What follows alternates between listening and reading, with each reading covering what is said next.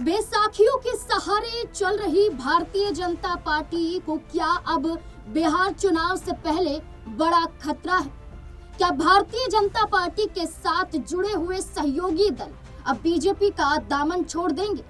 क्या भारतीय जनता पार्टी के असली चेहरे को जान चुके हैं चिराग पासवान, नीतीश कुमार, जीतन राम मांझी, उपेंद्र कुशवाहा? दर्शकों, बिहार में इसी साल के अंत में विधानसभा का चुनाव होना है। विधानसभा चुनाव में ज्यादा समय बाकी नहीं, लेकिन सहयोगी दलों की मांग के आगे भारतीय जनता पार्टी ने मानो मुंह पर ताला लगा लिया है। जहां चिराग पासवान कहते हैं कि उन्हें कम से कम 40 से अधिक सीटें चाहिए, जहां चिराग पासवान आरा में अपने एक कार्यक्रम के दौरान कहते हैं, जनसभा को संबोधित करने के दौरान कहते हैं कि वो सभी की सभी 243 सीटों पर चुनाव लड़ेंगे।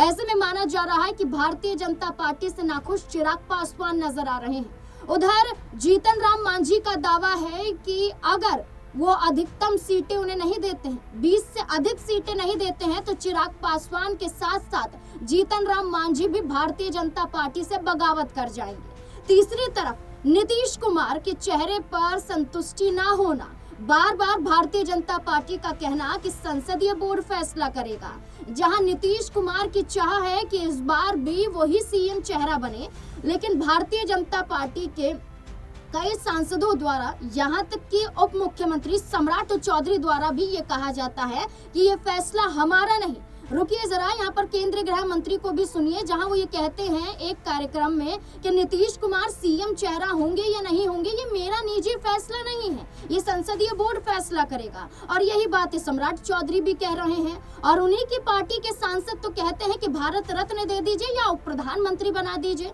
यानी कि नीतीश कुमार को सीएम कुर्सी मत दीजिए। और पूर्व सांसद अश्विनी चौबे की बात करें, वो तो सीधा ये कहते हैं कि नीतीश कुमार, चिराग पासवान और तमाम सहयोगी दलों को छोड़िए, इन्हें अपने पीछे लेकर चलिए, बस आपको ही आगे रहना है, सत्ता में आना है और सत्ता की चाबी आपके हाथों में होनी चाहिए, ये सहयोगी दल आपके पीछे होने चाहिए।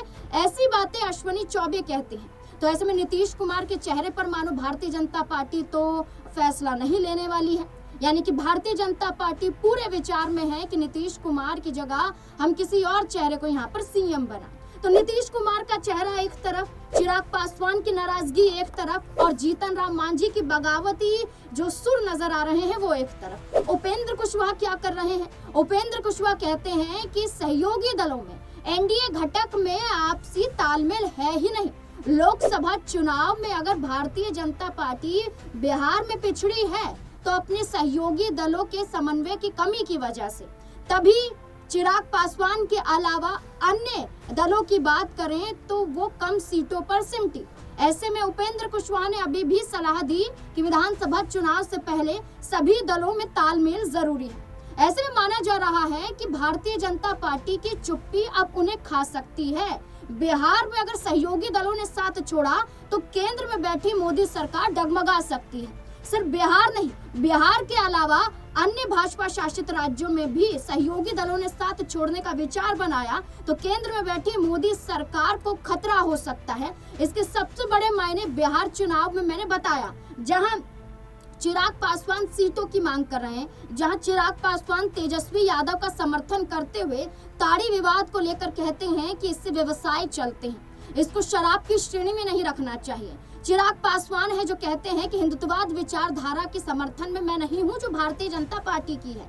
चिराग पासवान कहते हैं कि जो क्रीमी लेयर आरक्षण में लाया गया, हम उसके भी पक्षधर नहीं हैं, हम उसका भी साथ नहीं देते हैं। तो ऐसे में चिराग पासवान और तेजस्वी यादव के गले भी मिले थे। एक कार्यक्रम में, एक शोक सभा में पहुंचे थे, जब तेजस्वी यादव और चिराग पासवान आपस में गले मिलते हुए मुस्कुराते हुए भी नजर आए थे।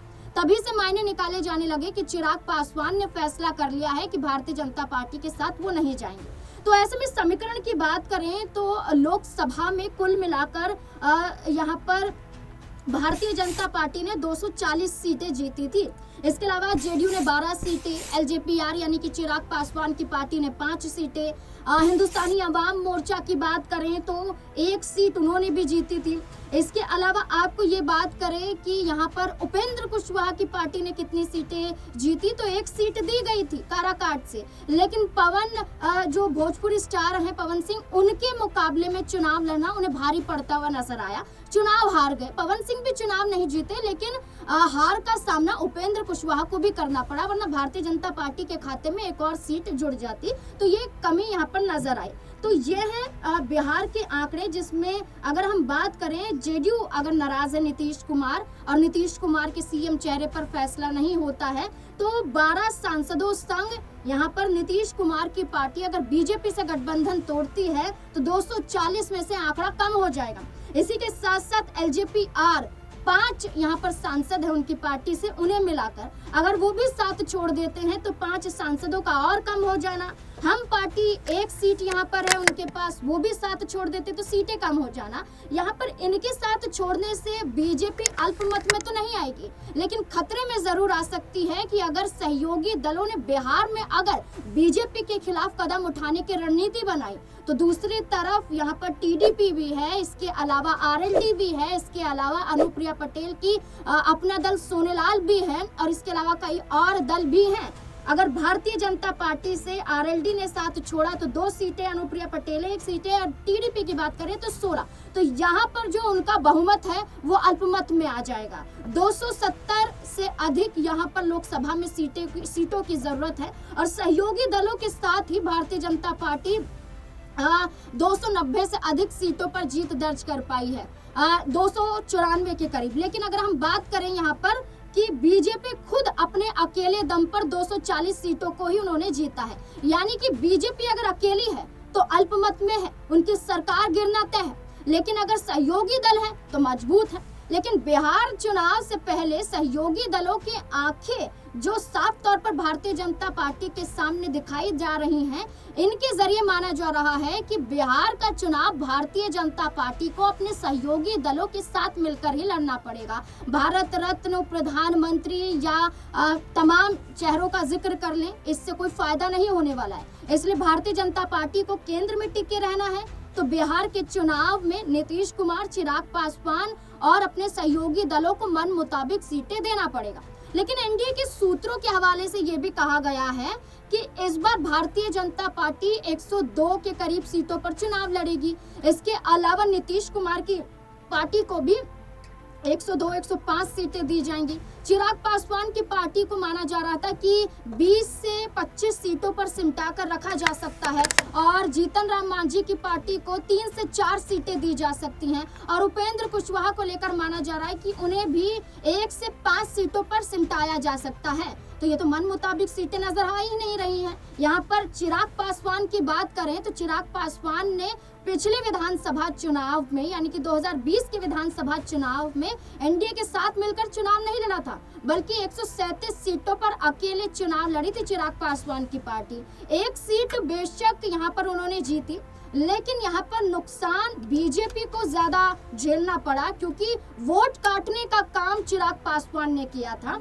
और वोट काटने के आधार पर आपको बताएं तो कम से कम यहाँ पर जो जेडीयू पार्टी है और जो भारतीय जनता पार्टी है, जो पिछले से पिछले विधानसभा चुनाव में सीटें जीती थी, उससे भी कम आंकड़ा यहाँ पर 2020 में नजर आया था। जेडीयू की बात करें तो वो 80 से सीधा 43 पे यहाँ पर आ जाती है, और अब ये माना जा रहा है कि सीटें पहले से ही कम दी गई तो नीतीश कुमार को भी खतरा हो सकता है। तो ऐसे में माना जा रहा है कि अब भारतीय जनता पार्टी क्या करेगी? क्या केंद्र में बैठी भारतीय जनता पार्टी अपनी कुर्सी बचाएगी, या फिर बिहार में झुकने के लिए तैयार हो जाएगी, या फिर अगर आंखें दिखाई जाएंगी तो सहयोगी दल क्या करेंगे? सीटों के आधार पर तो नाराज दिखाई दे रहे हैं, बीजेपी के साथ दिखाई नहीं दे रहे हैं। अब क्या फैसला होगा चुनाव से पहले, और क्या ये फैसला केंद्र में बैठी मोदी सरकार को खतरे में डाल सकता है? क्या लगता है आपको? इस पूरे मुद्दे को लेकर अपनी राय कमेंट सेक्शन में जरूर दें। देखते रहे SP9 न्यूज़। धन्यवाद।